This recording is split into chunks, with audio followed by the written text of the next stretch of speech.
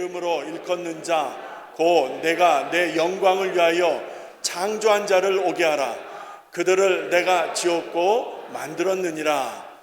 너희가 그 은혜를 인하여 믿음으로 말미암아 구원을 얻었나니 이것이 너희에게서 난 것이 아니요 하나님의 선물이라. 행에서 난 것이 아니니 못하게 함이니라. 우리는 그의 만드신 바라 그리스도 예수 안에서 선한 일을 위하여 지으심을 받은 자니 이 일은 하나님이 전에 예비하사 우리로 그 가운데서 행하게 하려 하심이니라. 아멘. 하나님 아버지, 하나님의 말씀을 듣습니다. 우리를 깨워주시고 우리를 고쳐주시고 상처난 곳이 아물고 새살이 돋듯이 우리의 영적 삶의 변화가 있게 하여 주시옵소서. 그 어떤 행사로도 가능한 것이 아니라 하나님의 말씀이 우리 안에 들려질 때에, 여호와의 기운이 우리 안에 들려질 때에 우리가 변화될 수 있고 성장할 수 있음을 믿사오니 오늘 하나님의 말씀이 우리를 고치시며 새롭게 하시며 세우시는 능력의 말씀 되게 하여 주시옵소서. 예수님의 이름으로 기도합니다. 아멘. 아멘. 역사라는 분야가 있고요, 또 문화라는 분야가 있고요, 또 철학이라는 분야가 있고 또 언어학이라는 분야가 있습니다. 자, 이런 것들을 통틀어서 연구하고 학습하고 공부하고 하는 것이 인문학이라고 말씀드릴 수 있겠습니다. 인문학이라고 하는 영역은 그 핵심 주제가 사람입니다. 사람이 무엇인가 라고 하는 대전제를 가지고 이론도 학문도 연구하고 공부하는 것이죠. 사람이 무엇이냐는 거예요. 사람이 철학적으로, 문학적으로, 예술적으로 혹은 역사적으로 사람을 이해하는 여러분 그 내용과 과정이 다를 것입니다. 오늘 말씀을 시작하면서 여러분과 저 안에 가져야 될 저는 질문이라고 생각을 해봅니다. 사람이 무엇이냐, 인생이 무엇이냐라는 것입니다. 사람을 어떻게 정의할 것이냐, 사람을 어떻게 이해할 것이냐에 따라서 여러분 결과는 전혀 달라질 수밖에 없다는 것이죠. 단지 사람이 무엇이냐라고 하는 이 대전제를 가지고 학문적인 고뇌로만 가지고 학문적인 탐구로만 가지고 해결되어질 수 있는 문제냐, 그렇지 않다는 것을 여러분이 알고 제가 합니다. 그래서 오늘 말씀을 통해서 사람이 무엇이냐, 인생이 무엇이냐라고 하는 근본적인 깨달음, 교훈을 얻는 여러분과 제가 될 수 있기를 주님의 이름으로 축원합니다. 오늘은 변화와 성장 시리즈 5번째 시간입니다. 원래 오늘은 죄를 아십니까? 를 할 예정이었습니다. 그런데 목요일쯤에 도저히 말씀이 이어지지가 않는 거예요. 지난주에 여러분과 제가 하나님의 창조에 대해서 같이 말씀을 나눴잖아요. 하나님의 창조가 어떤 것인지를 우리가 만나보았잖아요. 그리고 오늘 죄라는 문제를 다루려고 하니까 이것이 이어지지가 않는 게 너무 힘들었습니다. 그래서 다시 말씀을 보면서 사람이 무엇이냐라는 것을 여러분과 제가 오늘 말씀으로 받게 된 것입니다. 하나님의 형상대로 지음받았다는 것, 6째 날에 있었던 그 일, 하나님의 형상대로 지음받은 사람이 무엇이냐, 어떤 의미와 어떤 영적 가치를 갖고 있느냐는 것을 오늘 여러분과 제가 좀 확인하는 자리가 될 것입니다. 그러면 사람이라는 말의 어원은 어찌 되는가? 사람이라는 말의 어원은 살다, 산다는 거 있죠. 살다, 사는 것.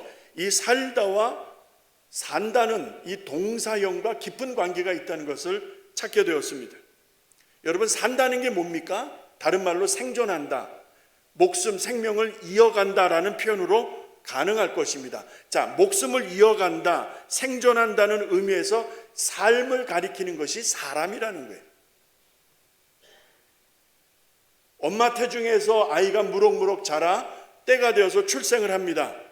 그렇게 출생한 아이가 살아가는 전 과정 속에서 산다는 그 의미가 사람의 어원을, 사람이라고 하는 그 어원과 깊은 관계가 있다는 이 말, 여기에서 제가 여러분과 이렇게 매듭을 짓고 나아가려고 합니다. 생명이 있으니까 사람이라는 거예요. 어머니 태중에서 있을 때도 물론 생명체이지만 그 아이가 그러니까 태어나서 엄마가 아이를 출산하고 나서 살아오는 동안, 여기서 각자 나이가 다 다르지만 각자 나이대로 살아오는 동안 이 과정이 사람인 것은 생명 때문이라는 거예요. 여러분 아멘이시죠? 예. 생명 때문에, 살아있다는 그 이유 때문에 사람일 수 있다는 것입니다. 한자어로 이 산다라는 말에서 생명을 유추해 본다면 이 생명은 날생자, 난다, 태어난다라는 날생자에다 목숨 명자를 씁니다.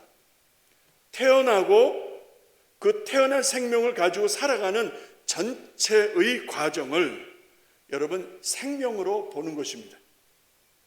사람을 생명으로 이해하는 동안에 아까 말씀드린 대로 인문학적인, 철학적인, 역사적인 혹은 문학적인, 언어학적인 측면에서 사람에 대한 이해가 사뭇 다르다는 것을 볼 수 있었습니다.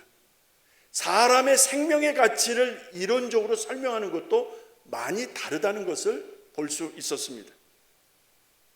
세상이 말하는 삶에 대한 가치, 그 삶이 생명이라는, 사람이라고 하는 어원과 같다라고 한다면 그 가치가, 세상이 말하는 그 가치가 성경과 얼마나 다를까 궁금했습니다. 그래서 여러분을 창세기 2장 7절로 인도합니다. 우리가 같이 한 목소리로 한번 읽어보겠습니다. 시작. 여호와 하나님이 흙으로 사람을 지으시고 생기를 그 코에 불어넣으시니 사람이 생명이 된지라. 여러분 보세요. 흙으로 사람을 빚으셨대요. 누가? 하나님이. 그러면 흙덩이죠. 제가 국민학교 초등학교, 그때는 국민학교라고 그랬잖아요. 국민학교 다닐 때 자연시간이라는 시간이 있었습니다. 아시죠? 그 자연시간에 선생님이 찰흙을 갖고 오라고 그래요. 찰흙을. 그러면 학교 들어오다가 문방구에 들리면은 이렇게 비닐봉지에 싼 찰흙이 있습니다. 이만한 덩어리들이. 그러면 그걸 사가지고 오면 그 자연시간이란 시간에 각자가 무엇을 만드는 거예요. 그 찰흙으로. 제가 말씀 준비하다 그 생각이 나더라고요. 성산국민학교 5학년 1반 자연시간에 문학주 담임선생님, 벌써 몇 년 전 얘기입니까? 그런데 그날 저는 주전자를 만들었어요. 주전자. 그 주전자가 참 지금 생각하면 너무 힘든 건데 그냥 예쁜 그릇을 만들지, 저는 주전자를 만들었다니까요. 그래가지고 그 창문가 공간에다 이렇게 놔두고 하교할 때 가져가는 거예요. 그래서 이제 만들어 놓고 이제 거기다 열심히 만들었어요. 어쨌든 뚜껑도 만들고 이렇게 만들었어요. 공부하면서 이렇게 싹싹 보면 이제 햇볕에 이제 고개 적당히 이제 말라가는 거죠. 근데 공부하다 이렇게 봤더니 그 물 나오는 그 주둥이라고 해야 될까요? 그놈이 똑 떨어진 거야. 얼마나 속상하든지. 그래가지고 쉬는 시간에 가니까 벌써 겉이 말라가고 있었어요. 그런데 물을 묻혀가지고 그걸 톡 땜질을 해갖고 간신히 붙이고 그랬던 생각이 나요. 만약에 그 주전자가 진짜 주전자가 됐다면 어찌 됐을까요? 그렇죠? 그만한 신적인 능력이 저에게 있었다면 쫙 안수를 했는데 쫙 진짜 주전자로 바뀌는 거예요. 하나님이 흙으로 사람을 빚으셨대요. 아까 그 말씀 올려놔 주시기 바랍니다. 그런데 사람이 됐다는 게 사람. 여러분, 생령이 되었다라는 말이 뭐냐면 생령이라는 말은 생명이라는 거예요. 그래서 영어를 써드렸어요. The man became a living being. living being이라는 거는 사람이라는 게 사람. 자, 흙덩이가 뭐가 되었다? 사람이 되었다라는 게 사람. 하나님이 사람을 만드셨어요. 사람. 흙덩이가 사람이 된 거예요. 이게 보통 일입니까, 여러분? 남자를 모르는 처녀가 애를 낳는 것도 난리인데, 여러분 어째 흙덩이가 사람이 될 수 있다는 말입니까? 이게 말이 되는 일이에요? 제가 만든 주전자가 진짜 주전자가 됐다면 이거 얼마나 세상이 놀랄 일입니까? 그만한 능력이 있다면 제가 여기 있겠어요? 제가 여기 있겠습니까? 하나님이 흙으로 사람을 빚으셨는데 living being, 생령, 생명이라고 성경은 말씀하고 있는데 여러분 이게 얼마나 기가 막힌 일이냐는 거예요. 그러니까 사람의 본질적인 시작과 의미를 보면 이건 대단히 깊은 영역이에요. 하나님이 너무나 심오하게 시작하신 일이에요. 그래서 저는 이 과정을 세 단계로 나눠 보았어요. 하나님이 저렇게 만드신 과정을 세 단계로 나눠 보았는데 그 첫 번째가 하나님의 계획이라는 거예요. 이 계획은 창세기 1장 1절에도 나오지만 에베소서 1장으로도 가면은 사도 바울이 에베소 교회에 보내는 편지에 창세전에 그리스도 예수 안에서 너희를 택정하사라는 말씀이 나와요. 그러니까 창세전에 창세기 1장 1절 이전이란 말이죠. 그렇죠? 창세기 1장 이전부터 하나님의 마음속에는, 하나님의 생각 속에는 사람을 만드실 계획이 있으셨다는 거예요. 믿으시면 아멘 하십시다.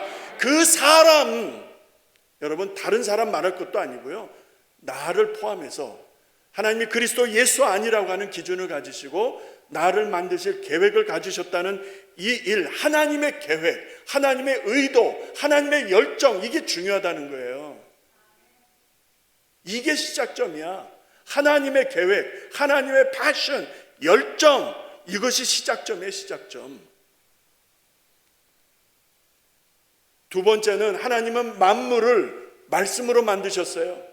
말씀하시니까 빛이 생기고 말씀하시니까 해와 달과 별이 조성되어지고 여러분 땅이 조성되어지고 바다를 내고 여러분 하늘을 나는 새들이 생겨지고 여러분 바닷속에 온갖 종류의 물고기들이 존재하게 되어지고 하나님의 말씀으로 되어진 일인데 사람은 그렇지가 않은 거예요. 보니까 흙덩이에 흙으로 사람을 빚으신 하나님께서 사람을 만드신 그 원재료가 흙이라는 거예요. 흙. 그래서 어저께도 종일토록 이 흙에 대해서 많이 생각했어요. 흙. 여러분 흙이 뭐 이렇게 값비싼 것입니까? 고귀한 거예요? 돈 주고 사야 될 만큼 아주 뭐 정말 고급스러운 것입니까? 하찮은 게 흙이잖아요. 누구나 짓밟을 수 있는 게 흙이잖아요. 아무것도 아니잖아요. 흙이 뭡니까 여러분? 그런데 그렇게 하찮은 것을 가지시고 하나님이 빚으셨는데 그 결과가 뭔가 보았더니 생명 곧 사람이라는 거예요. 할렐루야. 하나님이 흙덩이를 가지고 아무것도 아닌 것을 가지고 하나님이 심려를 기울여 손수 만드셨어요. 말씀이 아니라 손수 만드셨어요. 만드셨는데 그 결과가 뭐냐면 사람. 하나님은 사람을 만드셨다 이 말이요. 생명이 되었다. 그 사진 올려주실래요? 생명이 되었다. 한자로는 저렇게 써요. 저게 국어학적으로 설명을 하게 되면 넋이래요. 살아있는 넋이래요. 근데 다른 말로 하자면 생명이라는 거예요. 생명. 하나님이 생명을 만드셨다는 것은 하나님이 사람을 만드셨다는 거예요. 무엇으로? 흙으로. 할렐루야. 여러분과 저의 원재료는 여자분들 빼고요. 여자분들은 흙이 아닙니다. 여자분들은 아니요. 여자분들은 고차원적인 자료로 만들어진 거예요. 그렇죠? 아시죠? 뭔지? 예레미야 18장을 보게 되면 예레미야 18장을 보게 되면 하나님이 선지자 예레미야와 대화하는 장면이 나와요. 근데 그 대화하는 장면 속에서 하나님이 어떤 분으로 등장하고 계시느냐면 potter, 영어로 potter, 토기장이. 그 다음에 그 토기장이 손에 들려진 clay 뭐죠? 아까 말한 진흙덩이. He is potter and we are clay. 우리는 흙덩이다 이 말이에요. 흙덩이. 진흙덩어리다 이 말이에요. 자, 그 모습이 예레미야 18장에 나와요. 그래서 토기장이가 열심히 그릇을 만들어요. 장색에 쓸만한 그릇. 장색에 쓸만한 그릇은 뭐예요? 진짜 의미를 두고 귀하게 쓸 그릇을 만드는데, 근데 갑자기 그 그릇을 또 던져서 깨트려 버려요. 그러면서 하나님이 선지자 예레미야에게 던져주시는 말씀, 토기장이가 만들 권위 없느냐, 토기장이가 깨트릴 권위 없느냐. 이해가 되십니까? 토기장이가 만들 권한이 없느냐, 토기장이가 깨트릴 권한이 없느냐. 하나님의 절대적인 권세를 예레미야 18장에서 말씀하시는 것을 볼 수 있어요. 그것이 아까 여러분과 제가 읽은 창세기 2장 7절에서 하나님이 흙으로 사람을 빚으시고 그 코에 생기를 불어넣으시니 예레미야 18장의 모습이 겹치는 거예요. 오버랩 되는 거예요. 진흙덩어리인 여러분과 저를, 진흙덩어리인 이스라엘을 손수 빚으시는 하나님. 어떻게 쓸지는 그가 정하는 거예요. 하나님이 정하시는 거예요. 내가 정하는 거 아닙니다. 우리가 결정하는 거 아닙니다. 그래서 교회가 기도해야 되는 거예요. 그래서 교회 리더십이 기도해야 되는 거예요. 왜냐하면 주인은 하나님이시니까. 기도 안 하면 자기들 마음대로 하는 거예요. 하나님이 주인이시니까 하나님의 뜻이 무엇인지를 찾아야 되니까. 여러분과 저의 원재료는 남자분들만, 자꾸 여러분들이라니까 여자분들은 제외하고, 원재료는 흙이에요. 흙. 이것을 영어 성경에서는 dust로 되어 있습니다. dust. 이 dust로 번역된 아파르라고 하는 히브리 단어는 원래는 다 타버린 잿가루라는 뜻이에요. 그 아파르라고 하는 단어는 다 타버리고 재만 남잖아요. 그것을 아파르라고 하는 거예요. 그것을 영어 성경에는 dust로 번역을 했고, 우리말 성경에서는 흙으로 번역을 한 거예요. 그러니까 뭐예요? 다 타버리고 남은 그 시커먼 잿가루, 그거에 그러한 것으로 ashes, dust and ashes, 그것으로 바람 불면 흔적도 없이 흩어질 그런 ashes, 그런 잿가루로 여러분과 저를 만드신 하나님. 여기서 질문이 생깁니다. 이 질문이 뭐죠? 그 당시에 하나님이 사람을 만들 그 당시에 다른 자료가 없었다. 넘버 원. 넘버 투, 다른 자료가 있었지만 흙으로 끝까지 사람을 만드신 거다. 다른 자료가 있지만 흙을 고집하신 것이다. 1번은 다른 자료가 없어서, 다른 자료가 없다. 근데 2번은 다른 자료가 있다. 그런데도 흙으로 쓰신 것이다. 여러분, 전자와 후자는 다른 거예요. 그렇죠? 전자는 아무것도 없지만, 그래서 하나님이 흙으로 밖에는 할 수 없다? 이게 말이 될까요? 만물이 주께로부터 나온 거 믿으시면 아멘 하십시다. 그리고 그 만물이 주께로 돌아갈 것이에요. 그가 시작과 끝이에요. 알파와 오메가, beginning and last. 시작과 처음이 되시는 하나님. 아니, 흙이 없다고, 다른 재료가 없다고 하나님이 못 만드실 분이세요? 아무것도 없어도 천지를 여신 하나님이신데, 그런데 왜 굳이 여러분 하나님이 흙을 고집하셨을까? 그런 생각을 해봤어요. 만약에 금가루로 만들었으면 어찌 됐을까? 금 나와라 뚝딱 해서 하나님 금가루로 사람을 빚으신 거예요. 여러분과 제가 완전히 다 금덩어리예요. 금덩어리. 그러면은 뱀이 와서 시험했을 때, 여러분 금은 안 변하잖아요. 그죠? 자꾸 만지면 이렇게 만지면 달겠죠? 순금 같으면 더 잘 달겠죠? 달아 없어지는 한 있더라도 여러분 변하지는 않잖아요. 만약에 금가루로 만들으셨다면 뱀이 와서 유혹했을 때 흔들리지 않았을 것 같은데 그놈의 흙으로 만드셔가지고 그 하찮은 흙으로 만드셔가지고 그런 생각을 잠깐 해보았습니다. 여러분과 제가 하나님께서 흙으로 만드신 이유가 있지 않겠습니까? 하나님이 왜 흙으로 만드셨을까? 왜 원재료를 흙으로 하셨을까? 이유가 있겠죠. 이 본질을 놓치면 안 돼요. 여기에 흙으로 만드신 비밀이 있어요. 창세기 18장 26, 27절을 같이 읽습니다. 여러분 이 말씀 속에서 하나님이 왜 흙을 가지시고 사람을 만드셨는지 그 하나님의 마음을 느껴보시기 바랍니다. 같이 읽습니다. 시작.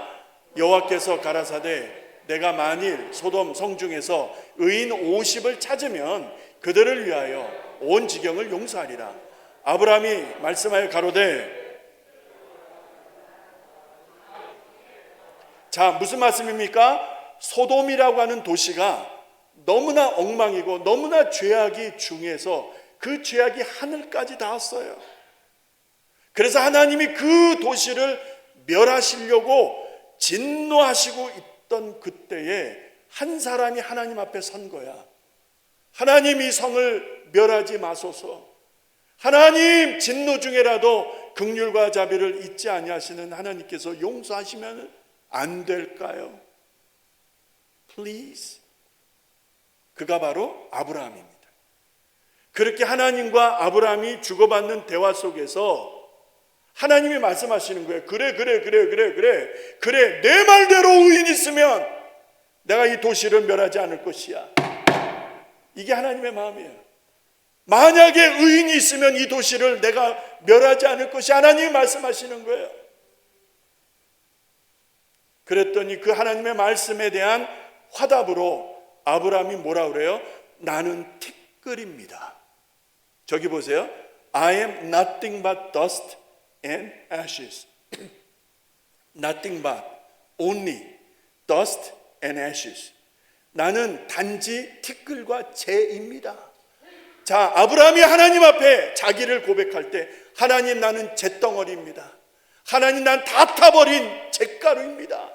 자기를 그렇게 소개하는 거예요. 하나님이 저 소리를 들으셨을 때 어떤 마음이셨을까요? 아브라함이 하나님의 마음을 아는 거예요. 여러분 하나님 왜 흙을 고집하셨을까 생각하다가 이 말씀 속에서 저는 이렇게 생각을 합니다. 아, 나는 참 연약한 존재이구나. 나는 흙과 같이 참 비천할 수 있는 그런 인생이구나. 그게 흙이라면 나는 흙과 다르지 않는 그런 인생이겠구나. 흙으로 지음받은 나는 이런 존재이구나 라는 것입니다. 흙 자체로는 무가치한 거예요. 흙 자체로는 연약한 거예요. 바람 불면 흩어질 수밖에 없어요. 그 다 타버리고 난 그 재가 무슨 힘이 있어요. 바람 불면 다 흩어질 것을. 그게 여러분과 저라는 거예요. 본질적으로 인생은 그런 거예요. 여러분 뭐 이렇게 잘났다고, 그렇죠? 뭐 좀 있다고, 뭐 좀 안다고.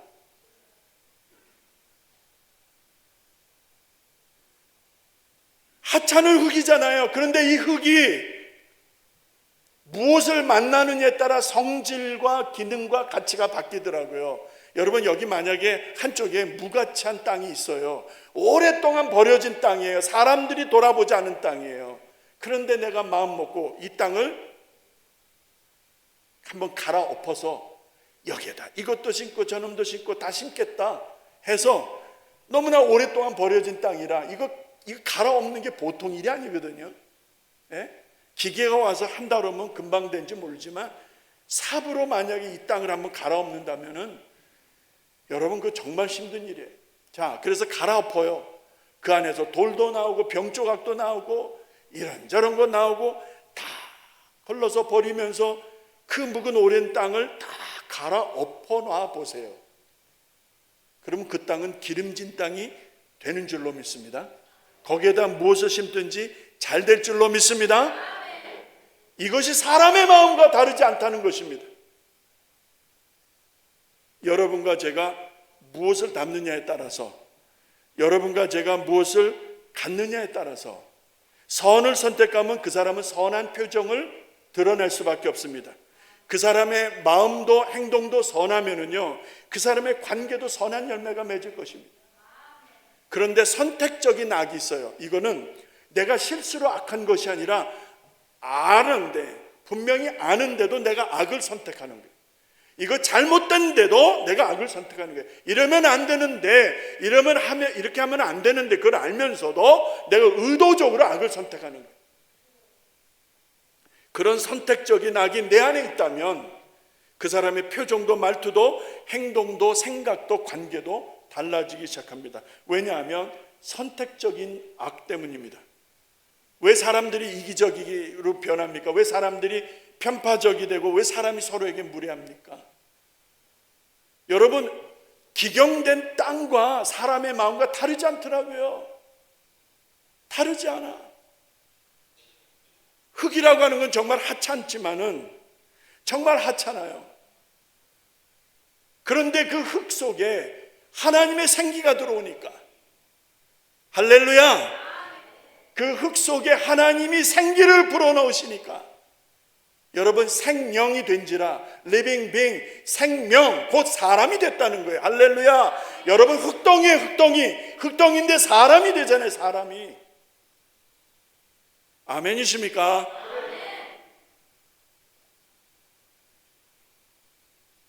하찮은 흙이었는데 그 하찮은 흙이 하나님이 생기를 불어넣으시니까 사람이 되었다. 이게 사람이라는 거예요. 이게 사람이라는 게 먹고 살만해서 사람이 아니라, 인생 성공해서 사람이 아니라, 여러분 하나님의 은혜로 그 기운이 들어오니까 흙덩이 속에, 여러분 흙덩이와 다르지 않은 인생 속에 하나님이 들어오시니까 living being, 생명, 사람이 된지라. 사람은 이렇게 시작되는 거예요. 여러분 믿으시기 바랍니다. 사람의 정의와 사람의 시작은 바로 이거야. 하나님이 내 안에 들어오실 때, 흙과 같은 내 인생 속에 하나님이 나와 함께 하실 때, 그때부터 그 사람은 사람이 되는 게 사람. 사람으로 태어나 인간이 되어라라는 말이 있어요.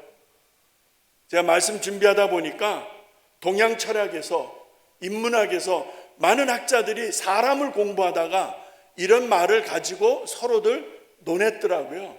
제 말이 아니에요. 사람으로 태어나 인간이 되어라. 여러분 사람과 인간이 난 같은 줄 알았어요. 근데 사람과 인간이 다르더라고요. 어떻게 다른지 아십니까? 사람으로 태어나 인간이 되어라. 짐승도 못한 인간이라고 그러잖아요. 그죠? 여러분 인간이 되기 위해서 사람으로 태어나고, 사람으로 태어났다면 인간이 되어야 되는데, 전자는 순수한 한글 표기예요. 사람은 한글 표기예요. 그런데 인간은 한자적 표기죠. 한자 표기. 그래서 사람 인자와 이 간자가 어떤 간자인지 아세요? 이 간자가 사이간입니다. 사이간. 이 말을 보다가 사람인 사이간, 이것을 직역하면, 인간이라고 하는 사람인 사이간을 직역하게 되면 사람들과의 관계라는 것입니다. 사람들과의 사이에서 라는 해석이 되는 거예요. 그게 인간이라는 거예요. 그러니까 인간의 가치는 너와 나 사이에서 평가되어지는 거예요. 자, 인간이라고 하는, 나 인간이라고 하는 평가는 이 안에서 평가되어진다는 게, 그게 인간이에요. 여러분과 제가 관계 속에서 평가되어지는 인간의 몫이 있다는 것 잊지 마시기 바랍니다. 근데 태어날 때는 독립적인 개체이잖아요. 물론 쌍둥이도 있고 삼둥이도 있고 뭐 사둥이도 있고 다 있을 수 있지만, 본래 기본적으로 태어날 때 혼자 태어나잖아요. 이게 독립적인 하나의 개체라는 거예요. 그래서 인간은 각각 개체적, 독립적인 개체적 기능이 있는 거예요. 그것이 사람이에요. 하나님의 은혜로 사람이 되었다면 여러분, 인간이 되어라. 나와 너 사이에서 우리라는 관계라는 공동체 안에서의 존재적 가치, 이것이 사람이라는 거예요. 이것이 인간이라는 거예요. 여러분은 어떤 인간이 되고 계십니까? 중요하죠? 예? 어떤 사람이 되고 계십니까? 먹고 사니까 사람이에요? 아니에요. 여러분, 먹고 사는 게 인간이 아니고 사람이 아니고요. 하나님의 기운이 흙덩어리에 들어오니까 생명이 되었잖아요. 이게 사람인데, 이게 사람의 시작점인데, 여러분, 그리고 제가 사람입니까? 사람이냐고 묻고 있습니다. 사람이세요? 사람 아닐 수 있잖아요. 하나님을 모르면, 하나님이 내 안에 계시지 않냐면 내가 흙덩이인 것을, 사람 아니에요. 생명 아니에요. 교회 다니는 사람이죠.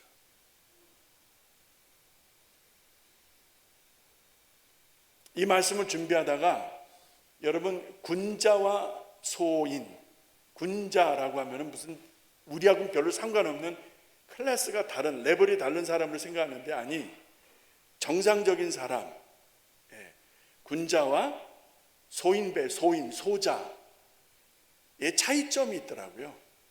이것이 뭐 논어에서 나온다고 그러긴 하는데, 그 차이점을 보다가 여러분과 나누고 싶은 몇 가지가 있습니다.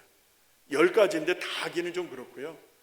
첫 번째 보니까 편당적인 태도, 다시 말해서 끼리끼리 태도. 자, 누가 군자일 것인가, 누가 소인배일 것인가, 그 사람의 모임을 보면 안다는 거예요. 연합과 파당은 다르다는 거예요. 연합과 붕당은 다르다는 거예요. 두 번째가 정도입니다. 옳은 길을 가느냐의 문제이더라고요. 옳은 길이 있고 자기 길이 있어요. 자기 길 가는 사람들이 대부분이더라고요. 그런데 옳은 길 가느냐의 문제제기입니다. 자, 누가 군자인가라고 하는 유교적 가르침에서는 옳은 길을 가야 된다는 거예요. 옳은 길.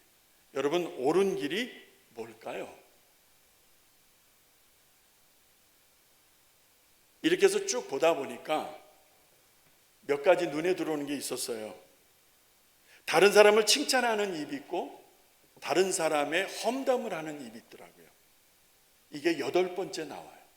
그래서 그 사람의 입을 보면은 군자인지 소자인지를 안다는 거죠. 그리고 마지막이 언행일치입니다. 말과 행동이 같이 가는가. 자, 이런 것들을 통해서 그 사람을 본다는 거예요. 사람인지 아닌지를. 흙으로 사람을 빚으신 하나님께서 그냥 대충 빨리 적당히 만드셨어요? 아니, 하나님의 형상이라는 거예요. 그러면은 하나님도 우리와 같이 살이 있고 뼈가 있고 피가 있고 세포가 있다, 이 말인가요? 하나님을 닮았으니까. 하나님의 형상을 따라 우리를 빚으셨다는 게 그런 의미라고 생각하십니까? 그렇게 생각하시는 분은 안 계시리라고 생각을 합니다. 우리가 하나님을 닮았다라고 하는 것은 이제 결론에서 제가 마무리하려고 합니다. 중요한 것은 하나님의 형상대로 지음받은 내가 사람으로 살았고 살고 있느냐, 그리고 앞으로 살아갈 것이냐에 대한 대단히 심각한 문제입니다. 이것이 인간으로 살아갈 수 있는 대단히 중요한 첫 단계이기 때문입니다. 하나님은 우리에게 생명을 주셨습니다. 다른 어떤 피조물과는 비교가 될 수 없는 그런 생명을 주셨습니다. 왜 주셨을까요? 그 생명을 주셨다는 말은 우리를 사람이라고 하시는 거예요. 생명이 된지라 사람이 되었다라는 말이에요. 하나님이 우리를 사람 되게 하셨어요. 창세 전에 그리스도 예수 안에서 우리를 택정하셨다는 것은 우리를 사람 되게 하신 은혜, 다음에 3가지를 결론으로 말씀드립니다. 그 첫 번째가 찬송입니다. 찬송. 우리 이사야 43장 21절 말씀 읽겠습니다. 21절 말씀. 자, 21절 말씀 같이 읽습니다. 시작. 이 백성은 내가 나를 위하여 지었나니 나의 찬송을 부르게 하려 함이니라. 자, 나를 왜 지으셨어요? 우리를 왜 창조하셨어요? 찬송을 부르게 하시려고. 여러분, 찬송이 뭡니까? 찬송이 뭐예요? 찬송이 뭐냐니까? 그냥 예배당에 와서 순서에 따라 흥얼흥얼 몇 소절 부르면 되는 게 찬송입니까? 여러분, 이 찬송은요, 하나님을 믿지 않으면 부를 수 없는 거예요. 그냥 예배당에 나와서 순서에 따라 묻어가는 사람들도 있을 수 있지만은 진짜 본질적으로는 하나님을 믿지 않으면 찬송을 부를 수가 없어. 바울과 실라가 아주 좋은 예가 됩니다.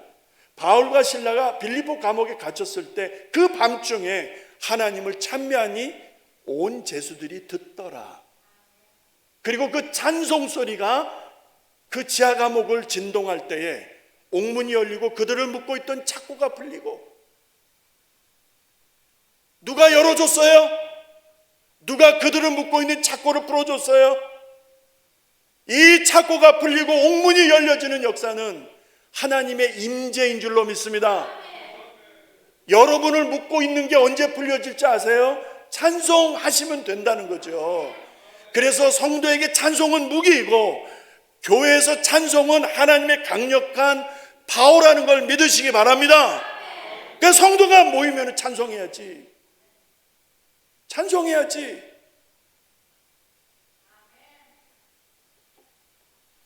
그래서 우리를 부르셨다는 거예요. 그래서 우리를 만드셨다는 거예요. 찬송하세요. 할렐루야.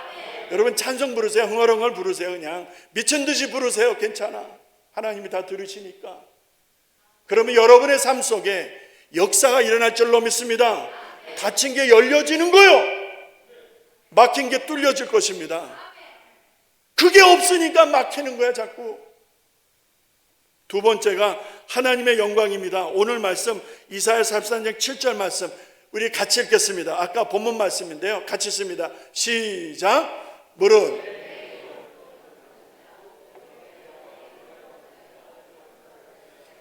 하나님의 영광을 위해서 우리를 지으셨대요. 여러분과 제가 왜 지음받았는가 봤더니 하나님의 영광이라는 게 영광, 하나님의 영광. 그러면 반문합니다. 영광이 뭐냐는 거예요. 하나님의 영광이 뭐냐 물어봤습니다. 여러분 물어보세요. 하나님께 물어보세요.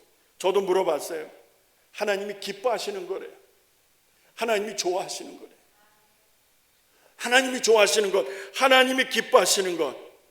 그러니까 어떤 상황에서, 언제나 어디서나 어떤 상황에서 하나님이 기뻐하시는 것이냐 아니냐라는 것을 우선적으로 해야 되는 거 믿으시기 바랍니다.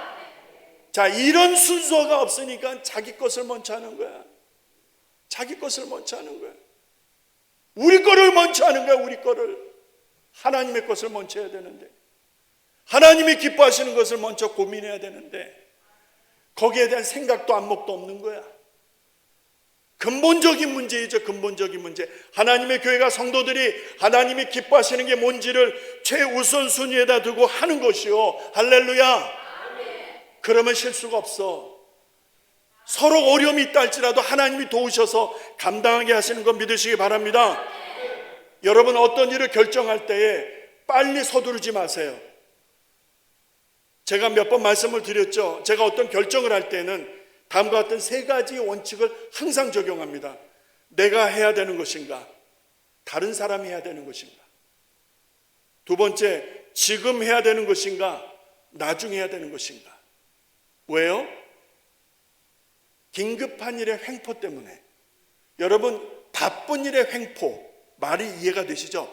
바쁜 일의 횡포는, 다시 말해서 바쁜 일은 중요한 일이 아니에요. 그냥 바쁜 일 뿐이에요. 근데 바쁜 일의 횡포에 우리가 묶여서 진짜 지금 해야 될 일을 안 하는 거야. 이것이 원수 마귀가 오늘날의 수많은 교회를 무기력하게 만드는 아주 결정적 메뉴예요. 지금 해야 되는 거를 미루는 거야. 지금 해야 되는 거를 미루는 거야. 주여. 그리고 세 번째, 하나님이 기뻐하시느냐 아니냐, 이 문제를 하나님 앞에서 심각하게 다룹니다. 아무리 1번, 2번이 예스라 할지라도 3번에서 걸리면 저는 안 해요. 하나님이 기뻐하시느냐에 대한 확신이 있어야 움직여집니다. 밀고 갈 수 있는 힘이 거기서 나오는 거예요. 윤석열 대통령이 계엄을 선포했을 때 다들 놀라셨죠? 어떤 친구들은 보니까 미친놈이라고 그러더라고요. 그래서 제가 웃었어요. 여러분, 그분이 한 말 중에 제 가슴에 깊이 박힌 게 하나 있어요. 그 와중에, 계엄을 선포한 그 와중에 대통령이 그 동기의 한 부분을 이렇게 이야기하더라고요. 언젠가는 해야 하고 누군가는 해야 하는 일이라면 지금 제가 하겠습니다. 그리고 계엄을 선포한 것입니다. 잘 들으세요. 언젠가는 해야 하고 누군가는 해야 하는 일, 여러분과 저에게는 없습니까? 하나님의 일을 함부로 미루는 거예요. 시간이 없다고, 건강이 안 된다고, 바쁘다고 하나님의 일을 뒤로 미루는 것입니다. 뒤로 미루는 거예요. 하나님이 기뻐하시는 일이라면 지체하지 마시기 바랍니다. 하나님이 기뻐하시는 일이라면 주님, 제가 하겠습니다. 도와주세요. 왜 이런 배짱은 없습니까? 하나님 나 좀 도와줘. 그럼 내가 감당할게. 이런 각오를 가진 한 사람이 아쉽다. 예수 믿는다고 하면서도 하나님의 일을 뒷전으로 미루는 사람들을 많이 봅니다. 저는 그 사람들에게 하나님의 일은 그 정도밖에는 안 되는 것이요. 여러분과 저에게 주어진 시간 많지 않아요. 주어진 시간 최선을 다하십시오. 주신 시간, 기회 놓치지 마세요. 마지막입니다. 선한 일을 위해서 여러분과 저를 만드셨어요. 사람으로 부르셨다는 거예요. 오늘 말씀 에베소서 2장 10절 2장 10절 말씀 가능하면 우리 같이 한번 읽어볼까요? 시작. 우리는 그의 만드신 바라 그리스도 예수 안에서 선한 일을 위하여 지으심을 받은 자니. 자 보세요. 선한 일을 위하여 지으심을 받았대요. 선한 일이 뭡니까? 설명을 드려야지 아시겠어요? 선한 일은 뭐예요? 옳은 일이죠. 괜찮은 일이죠. 저는 제 노트에다 이렇게 썼어요. 선한 일은 무엇입니까? 그리스도 예수를 닮아가는 예수님의 성품을 닮아가는 과정입니다. 제가 이렇게 썼어요.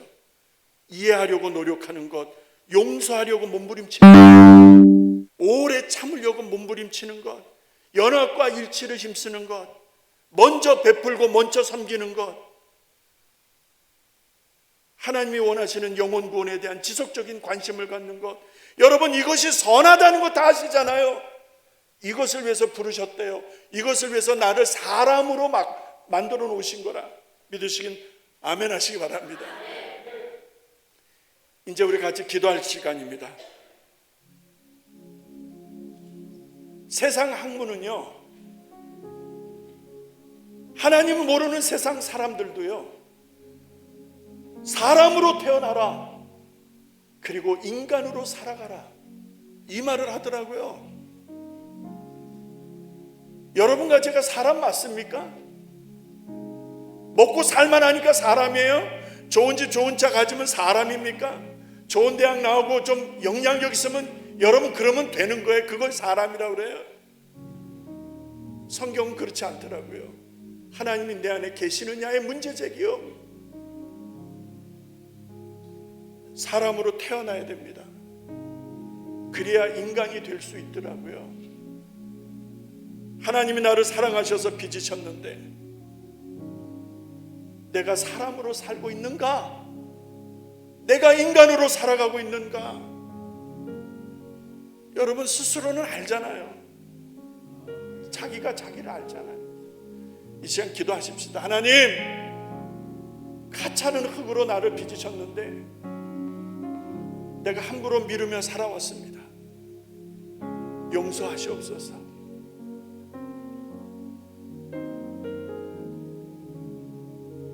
사람답게 살겠습니다. 인간답게 살겠습니다. 여러분, 우리 결단하며 잠시 하나님 앞에 기도하겠습니다.